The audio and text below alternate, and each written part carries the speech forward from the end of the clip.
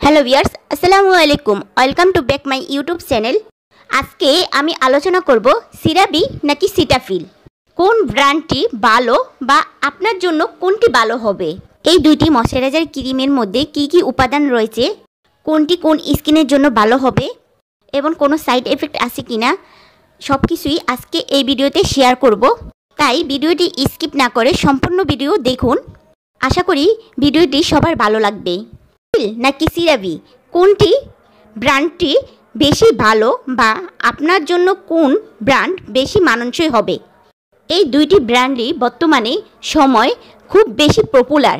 সিরাবি moisturiser ক্রিমটি হলো normal to die স্কিনদের জন্য এবং সিটাফিল ময়শ্চারাইজার ক্রিমটি হলো die to die skin sensitive স্কিনের জন্য। বলা যায় দুইটি ময়শ্চারাইজারই শুষ্ক ত্বকের জন্য খুবই মানানসই। দুইটি ময়শ্চারাইজারের কনসিস্টেন্সিটা খুবই ঠিক। সিরাবি ময়শ্চারাইজার ক্রিমের উপাদানের মধ্যে সিরামিক থাকছে, হাইলোনিক অ্যাসিড, তাছাড়া গ্লিসারিন এবং পেট্রোলিয়াম জেলিও এবং অন্যান্য উপাদানও আছে। অন্যদিকে সিটাফিলে গ্লিসারিন, পেট্রোলিয়াম জেলি এবং ময়শ্চারাইজার উপাদান রয়েছে। সিটাফিল অ্যান্ড সিরাবি দুইটি প্রোডাক্টের টেক্সচার সেম হলো সিটাফিলের তুলনায় সিরাবি ব্লেন্ড করতে কিছুটা বেশি সময়ই লাগে। সিরাবি ময়শ্চারাইজারটি আপনি যখন স্কিনে অ্যাপ্লাই করবেন অনেকের ক্ষেত্রে দেখা যায় মুখটা ঘেমে ওঠে। আমার কাছে এটা তেমন সমস্যা মনে হয়নি, কারণ গরমের সময় এটা একটু পরিমাপে কম ইউজ করলেই হয়।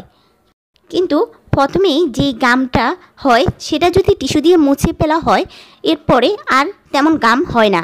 কিন্তু সিরাবি এই ময়শ্চারাইজার ক্রিমটি দীর্ঘক্ষণ পর্যন্ত ময়শ্চারাইজার করে স্কিনকে।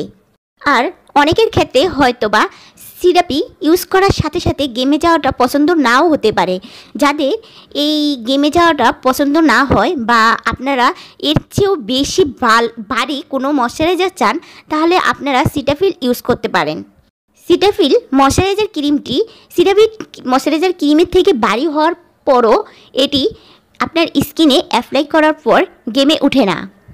অর্থাৎ যাদের ড্রাই স্কিন মানে সেন্সিটিভ স্কিন তাদের জন্য এই সিটাফিল ময়শ্চারাইজার ক্রিমটি খুবই মানানসই হবে।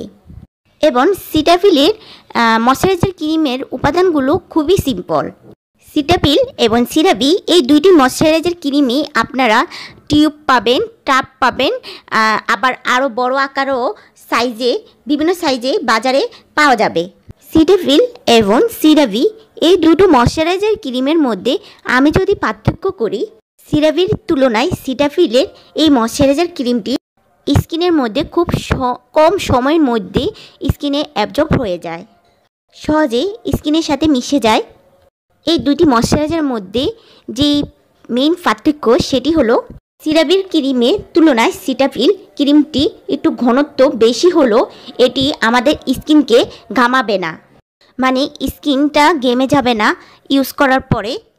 কিন্তু অন্যদিকে সিরাবি ময়শ্চারাইজার ক্রিমটি যখন ইউজ করা হয় তখন কিছুক্ষণ পরে স্কিনটা ঘামতে শুরু করবে। এই দুটোর মধ্যে মেন পার্থক্যটা এটাই। সিরাবি ক্রিমটা একটু পাতলা ক্রিম আর সিটাফিল ক্রিমটা একটু ঘনত্ব বেশি, ইউজ করার পর ত্বকের সাথে সহজে অ্যাবজর্ব হয়ে যায় এবং কোনো ঘাম হয় না। অন্যদিকে সিরাবিটা ইউজ করার পরে ত্বক ঘামায় এবং পুরোপুরি অ্যাবজর্ব হয় না। কিন্তু সিটাফিল ময়শ্চারাইজার ক্রিমের থেকে সিরাবির ক্রিমটি অনেক বেশি হাইড্রেট ময়শ্চারাইজার এবং দীর্ঘক্ষণ রাখতে সাহায্য করে। দুইটি ময়শ্চারাইজার সেন্সিটিভ এবং ড্রাই স্কিনে ব্যবহার করা যাবে। এটি ময়শ্চারাইজারই খুবই ভালো। সবার স্কিনের ধরন তো আর এক নয়, যার যার স্কিনের ধরন অনুযায়ী ময়শ্চারাইজার নির্বাচন করে নিতে পারো তোমরা। যাদের স্কিনে ঘাম বেশি হয় তারা সিটাফিল ময়শ্চারাইজার ক্রিমটি ইউজ করতে পারো, আর যাদের স্কিনে ঘামটা কম হয় তারা সিরাবি ইউজ করতে পারো। সো সবাই সবার ত্বকের ধরন বুঝে, পজিশন বুঝে ময়শ্চারাইজার নির্বাচন করো। আর অবশ্যই আমাকে কমেন্ট করে জানাবা তোমাদের ত্বকের কোন ময়শ্চারাইজারটি সবচেয়ে বেশি উপযোগী হয়েছে, সিরাবি নাকি সিটাফিল।